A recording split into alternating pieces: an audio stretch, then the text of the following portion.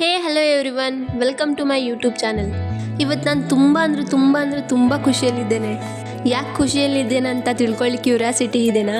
ಹಾಗಿದ್ರೆ ಈ video ಮುಗಿಯೋವರೆಗೂ end ತನಕ ನನ್ನ ಜೊತೆನೇ ಇರ್ರಿ, ಆಯಿತಾ? ಇವತ್ತು ನಾನು ಬೇಗ ಎದ್ದು ಸ್ನಾನ ಮಾಡಿ ತಲೆ ಸ್ನಾನ ಎಲ್ಲ ಮಾಡಿದ್ದೆ, ಮತ್ತು ರೆಡಿ ಆಗ್ತಾ ಇದ್ದೆ, ಕಿವಿರಿಂಗ್ ಎಲ್ಲ ಚೇಂಜ್ ಮಾಡ್ತಾ ಇದ್ದೆ.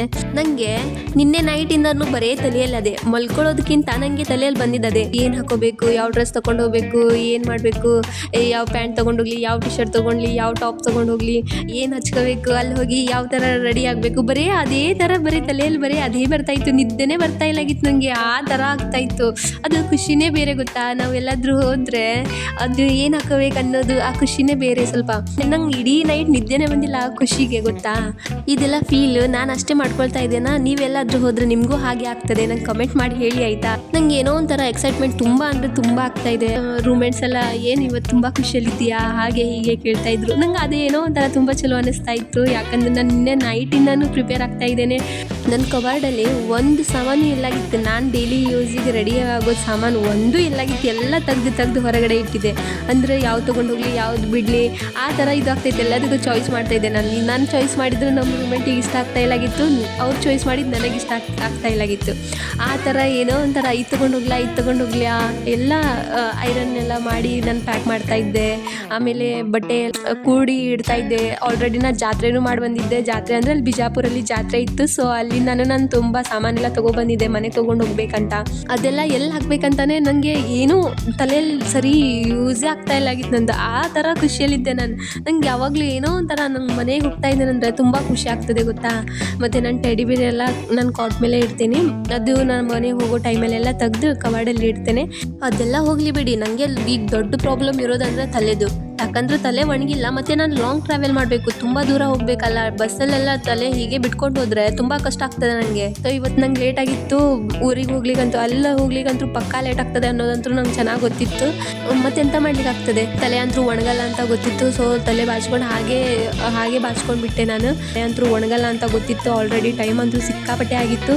ಯಾಕಂದರೆ ನನ್ನ ಫ್ರೆಂಡ್ಸು ಹೇಳಿದರು, ಸೊ ನಾವು ಬರ್ತೇವೆ ನಿಮ್ಮ ಜೊತೆ ಅಂತ ಹೇಳಿದರು. ಅವರು ಬರ್ಲಿಕ್ಕೆ ಆಗಲಿಲ್ಲ.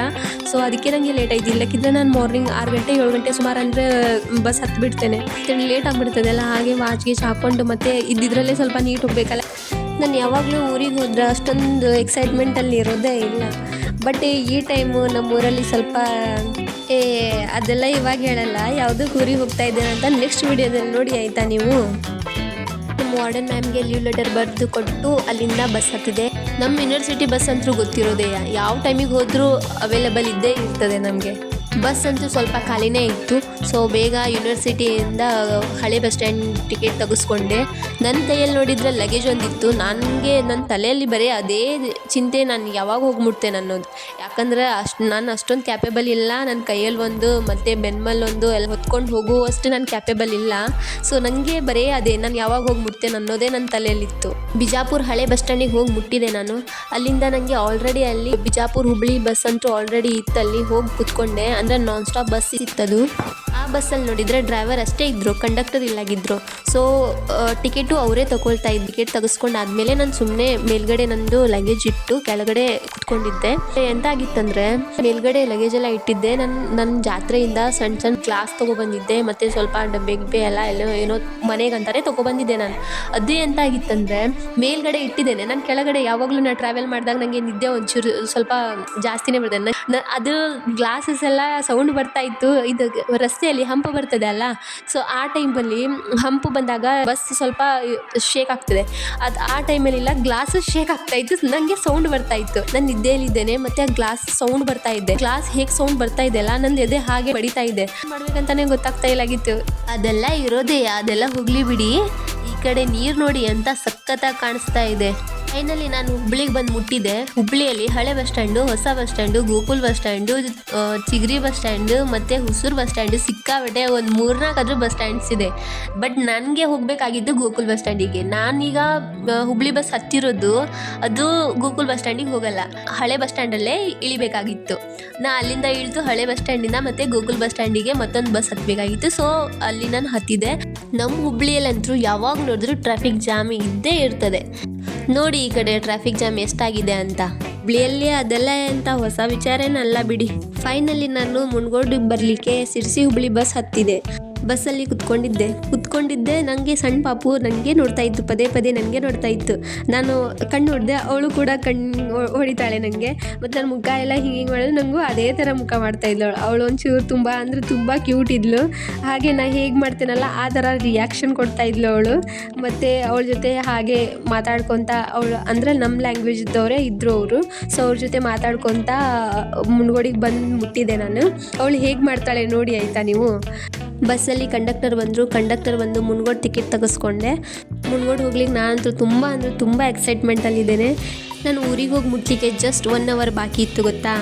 ಹುಬ್ಳಿಯಿಂದ ಮುನ್ಗೋಡ್ ಹೋಗಲಿಕ್ಕೆ ಜಸ್ಟ್ 1 ಅವರ್ ಮಾತ್ರ. ನಿಮಗೂ ಏನಾದರೂ ಬರಬೇಕಂತ ಅನಿಸಿದರೆ ನಮ್ಮೂರಿಗೆ ನೀವು ಬನ್ನಿ ಆಯಿತಾ. 1 ಅವರ್ ಅಷ್ಟೇ ಹುಬ್ಳಿಯಿಂದ.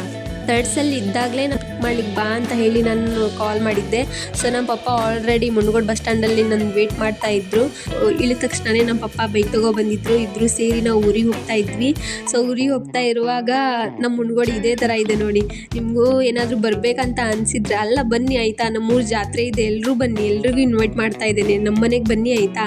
ಮತ್ತು ಹೋಗುವಾಗ ನಮ್ಮ ಪಪ್ಪ ಎಲ್ಲ ನೀರು ತುಂಬಬೇಕಾಗಿತ್ತು. ಸೊ ನೀರು ತುಂಬ್ತಾಯಿದ್ರು. ಮತ್ತು ಎಳ್ನೀರು ಕುಡಿಯುವ ಅಂತ ಎಳ್ನೀರು ಕುಡಿತಾ ಇದ್ದೆ. ಅಮೌಂಟ್ ಎಷ್ಟು ಅಂತ ಕೇಳ್ತಾ ಇದ್ದೆ ನಾ ಎಳ್ನೀರದವರಿಗೆ. ಸೊ ಅವ್ರು ಹೇಳಿದ್ರು 50 ರೂಪೀಸ್ ಅಂಥೇಳಿ. ಸೊ ಟ್ರಾವೆಲ್ ಮಾಡಿ ನನಗೆ ತುಂಬ ಸುಸ್ತಾಗ್ತಾಯಿತ್ತು. ಸೊ ನಾನು ಒಂದು ಎಳ್ನೀರು ಕುಡಿದು ನಮ್ಮ ಮಮ್ಮಿನಿಗೂ ಒಂದು ಪಾರ್ಸಲ್ ತೊಗೊಂಡೋದೆ. ನಮ್ಮ ಮುನ್ಗೋಡಲ್ಲಿ ಎಳ್ನೀರಿಗೆ ತುಂಬ ಡಿಮಾಂಡ್ ಗೊತ್ತಾ. ಯಾಕೆ ಹೇಳಿ, ಇಲ್ಲಿ ಟಿಬಿಟಿಯನ್ಸ್ ಎಲ್ಲ ಸಿಕ್ಕಾಪಟ್ಟೆ ಜಾಸ್ತಿ ಅಂದ್ರೆ ಜಾಸ್ತಿ ಟಿಬಿಟಿಯನ್ಸ್ ಎಳ್ನೀರು ಕುಡಿತಾರೆ. ಸೊ ಎಳ್ನೀರಿಗೆ ತುಂಬ ಡಿಮಾಂಡ್ ಇದೆ. ಅಂದರೆ ರೇಟ್ ಸ್ವಲ್ಪ ಜಾಸ್ತಿನೇ ಇಡ್ತಾರೆ ಅವ್ರು ಯಾವಾಗಲೂ. ಇದು ಎಂತ ಗೊತ್ತಾ, ಕ್ಯಾಸನಕೇರಿ ಅಂತ ಬರ್ತದೆ. ಇದು ಕ್ಯಾಸನಕೇರಿ ರಸ್ತೆ. ಇದು ಈ ರಸ್ತೆಯಿಂದ ಹೋದರೆ ಒಂದು ಕೆರೆ ಬರ್ತದೆ. ಒಂದು ಕೆರೆ ದಾಟಿ ಕ್ಯಾಸನಕೇರಿ ಇದೆ. ಕ್ಯಾಸನಕೇರಿ ನೆಕ್ಸ್ಟ್ ಜಸ್ಟ್ ಸ್ವಲ್ಪ 1-2 ಹೊಲ ಬರ್ತದೆ. ಅದರ ನೆಕ್ಸ್ಟೇ ನಮ್ಮೂರು. ಹಳ್ಳಿ ವ್ಯೂ ಹೇಗಿರ್ತದೆ ಅಂತ ನೀವು ನೋಡ್ತಾ ಹೋಗಿ ಆಯಿತಾ. ಈ ಕಡೆ ಕೆರೆ ಎಲ್ಲ ಇರ್ತದೆ, ಕಾಗೆ ಇರ್ತದೆ, ಪಾರಿವಾಳ ಇರ್ತದೆ. ಆ ಕಡೆ ಈ ಕಡೆ ಎಲ್ಲ ಹೊಲ ಇರ್ತದೆ. ಆ ಹೊಲದಲ್ಲೆಲ್ಲ ಕೆಲಸ ಮಾಡ್ತಾ ಇರೋರೆಲ್ಲ ಇರ್ತಾರೆ. ಮತ್ತು ಆ ಕಡೆ ಈ ಕಡೆ ನೋಡಿದ್ರೆ ಸಿಕ್ಕಾಪಟ್ಟೆ ಗ್ರೀನರಿ ಇರ್ತದೆ ಗೊತ್ತಾ. ನೀವು ನೋಡ್ತಾ ಹೋಗಿ ಹೇಗೆ ಕಾಣ್ತಾ ಇದೆ ಅಂತ ಒಂಚೂರು ನೋಡ್ತಾನೆ ಹೋಗಿ ನೀವು.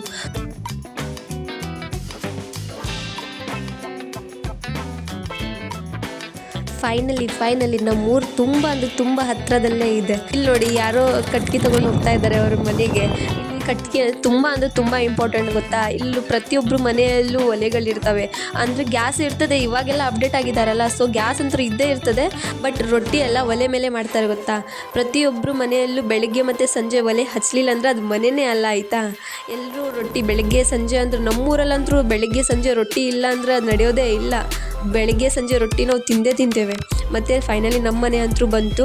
ಸೊ ನಮ್ಮ ಮನೆಗೆ ಇಳಿದೆ. ನಮ್ಮ ಮಮ್ಮಿ ಅಂತೂ ಇರೋದೇ ಇಲ್ಲ. ನಾ ಯಾವಾಗ ಮನೆಗೆ ಹೋಗ್ತೇನೆ ನಮ್ಮ ಮಮ್ಮಿ ಇರೋದೇ ಇಲ್ಲ. ಕೀನೇ ಹಾಕಿರ್ತಾರೆ. ಸೊ ಕೀ ತೆಗೆದು ಒಳಗಡೆ ಹೋದ್ವಿ. ಮಮ್ಮಿ ಬಂದರು. ಆಮೇಲೆ ಮುಖ ವಾಶ್ ಮಾಡ್ಕೊಂಡು ನಮ್ಮ ಮಮ್ಮಿ ನನಗೆ ಆಮ್ಲೆಟ್ ಮಾಡಿಕೊಟ್ರು. ಸೊ ಆಮ್ಲೆಟ್ ಮಾಡ್ತಾಯಿದ್ರು. ಮಮ್ಮಿ ಜೊತೆ ಮಾತಾಡಿಸ್ತಾ ಇದ್ದೆ. ನಾನು ಫೇಸ್ ಟು ಫೇಸ್ ಮಾತಾಡೋದೇ ತುಂಬ ದಿನ ಆಗಿತ್ತು ನಮ್ಮ ಮಮ್ಮಿ ಜೊತೆ. ಸೊ ನಮ್ಮ ಮಮ್ಮಿ ಜೊತೆ ಮಾತಾಡ್ತಾ ನಮ್ಮ ಮಮ್ಮಿ ಆಮ್ಲೆಟ್ ಮಾಡ್ತಾಯಿದ್ರು. ನಾನು ಪದೇ ಎಂತ ಮಾಡ್ತೇನೆ ಗೊತ್ತಾ, ನಮ್ಮ ಮಮ್ಮಿಗೆ ಯಾವಾಗ ನೋಡಿದ್ರು ಕಾಡಿಸ್ತಾನೆ ಇರ್ತೇನೆ. ಇವಾಗ ಎಂತ ಮಾಡ್ತಾಯಿದ್ದೆ ನಾನು, ನಮ್ಮ ಮಮ್ಮಿ ಎಲ್ಲ ಆಯಿಲ್ ಹಾಕಿದ್ರಲ್ಲಿ. ಸೊ ನಾನು ಹೇಳ್ತಾ ಇದ್ದೆ ಎಂತ ಸಾಂಬಾರು ಮಾಡ್ತಾಯಿದ್ದೆ ಅಂತ, ಆಮ್ಲೆಟ್ ಮಾಡ್ತಾಯಿದ್ಯಾ ಅಂತ. ಯಾಕಂದರೆ ನಮ್ಮ ಮಮ್ಮಿ ಒಂಚೂರು ಆಯಿಲ್ ಸ್ವಲ್ಪ ಜಾಸ್ತಿನೇ ಹಾಕಿದ್ರು. ಅದಕ್ಕೆ ನಾನು ಕಾಡಿಸ್ತಾ ಇದ್ದೆ ಅವರಿಗೆ. ಸಾಂಬಾರು ಮಾಡ್ಲಿಕ್ಕೆ ಆಯಿಲ್ ಹಾಕಿದ್ಯಾ ಎಂತ ಆಮ್ಲೆಟ್ ಮಾಡ್ಲಿಕ್ಕೆ ಹಾಕಿದ್ಯಾ ಅಂತ. ನಮ್ಮ ಮಮ್ಮಿ ಎಲ್ಲ ಹಾಗೆ ನಗ್ತಾ ಇದ್ರ. ಸೊ ಆಮೇಲೆ ಬೇಗ ಆಮ್ಲೆಟ್ ಮಾಡಿ ನಂಗೆ ಹಸುನು ಸಿಕ್ಕಾಪಟ್ಟೆ ಆಗಿತ್ತು. ಯಾಕಂದರೆ ನಾನು ಬೆಳಿಗ್ಗೆ ಬಸ್ ಹತ್ತಿದ್ದೆ. ಸೊ ನಾನು ಎಂತ ತಿಂದಿಲ್ಲಾಗಿದ್ದೆ.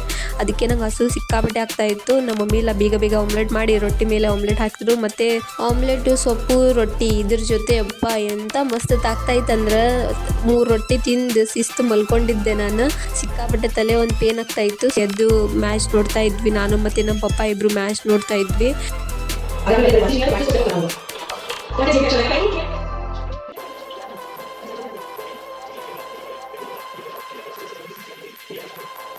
ನಾ ಮನೆಗೆ ಬಂದಿದ್ದೆ ನಂತರ ನಮ್ಮ ಪಪ್ಪ ಮಾರ್ಕೆಟಿಗೆ ಹೋಗಿ ಫಿಶ್ ತೊಗೊಬಂದರು.